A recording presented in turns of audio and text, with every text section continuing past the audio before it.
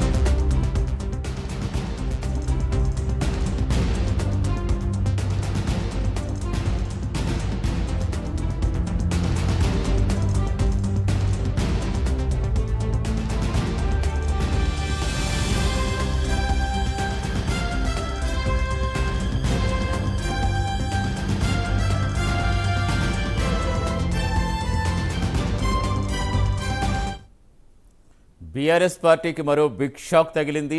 ఆరుగురు ఎమ్మెల్సీలు సీఎం రేవంత్ రెడ్డి, దీపదాస్ మున్షీల సమక్షంలో కాంగ్రెస్ పార్టీలో చేరారు. పూర్తి సమాచారం ఇచ్చేందుకు మా కరెస్పాండెంట్ నాగేంద్ర జనవుతున్నారు. నాగేంద్ర, ఇక మండల్లో కూడా బలం పెంచుకునే పనిలో పడిందా కాంగ్రెస్ పార్టీ? ఏకంగా ఆరుగురు ఒకేసారి చేరారంటే అసలు ఎలా చూడాలి?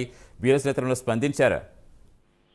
Thank you Satish. Congress party operation Akarsh ని వేగవంతం చేసింది. ప్రస్తుతం దానిలో భాగంగానే రాత్రి ఆరుగురు బీఆర్ఎస్ కి సంబంధించినటువంటి ఎమ్మెల్యేలు కాంగ్రెస్ కండువా కప్పుకున్నటువంటి పరిస్థితి ఉంది. ఎందుకంటే ఇప్పటి వరకు కూడా ఎమ్మెల్యేలు వరుసగా కాంగ్రెస్ పార్టీలో చేరినటువంటి పరిస్థితులు చూస్తూ వచ్చాం. కానీ నిన్న మాత్రం ఒక్కసారిగా 6 మంది బీఆర్ఎస్ కి సంబంధించినటువంటి ఎమ్మెల్సీలు ప్రస్తుతం కాంగ్రెస్ పార్టీ కండువా కప్పుకోవడంతో ప్రస్తుతం శాసన మండలిలో కాంగ్రెస్ పార్టీ బలం 12కి చేరిందనే చెప్పాలి.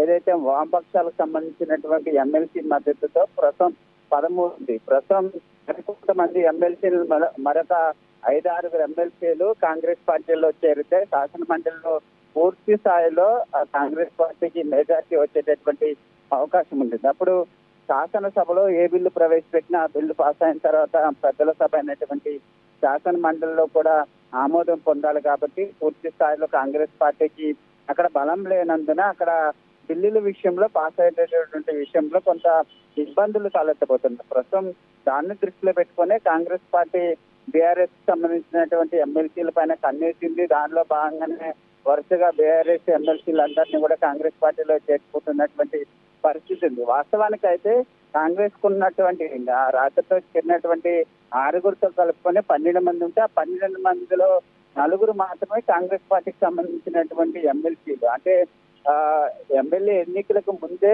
2 బీఆర్ఎస్ కి సంబంధించినటువంటి ఎమ్మెల్సీలు కాంగ్రెస్ కండువా కప్పుకున్నారు. వారితో కలుపుకుంటే ఓవరాల్ గా 8 మంది కాంగ్రెస్ ఎమ్మెల్సీలు అయితే ప్రస్తుతం బీఆర్ఎస్ ఎమ్మెల్సీలు కాంగ్రెస్ కండువా కప్పుకున్నటువంటి పరిస్థితి అయితే కనిపిస్తుంది. మరి రాబోయేటటువంటి రోజుల్లో మరికొంతమంది కూడా బీఆర్ఎస్ ఎమ్మెల్సీలు కాంగ్రెస్ లో చేరబోతున్నారు.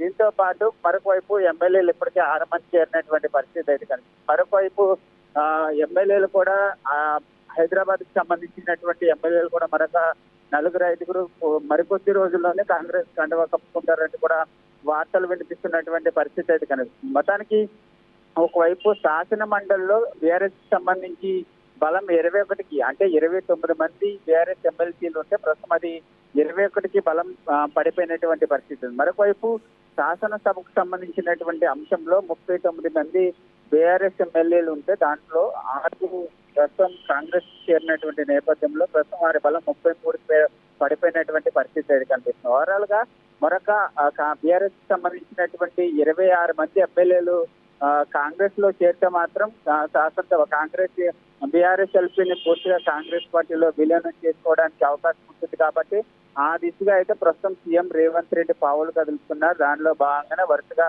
ఒకవైపు ఎమ్మెల్యేలు, మరొక వైపు ఎమ్మెల్సీలు కాంగ్రెస్ పార్టీ కండవ కప్పుకుంటున్నటువంటి పరిస్థితులు అయితే కనిపిస్తున్నాయని చెప్పాలి సతీష్.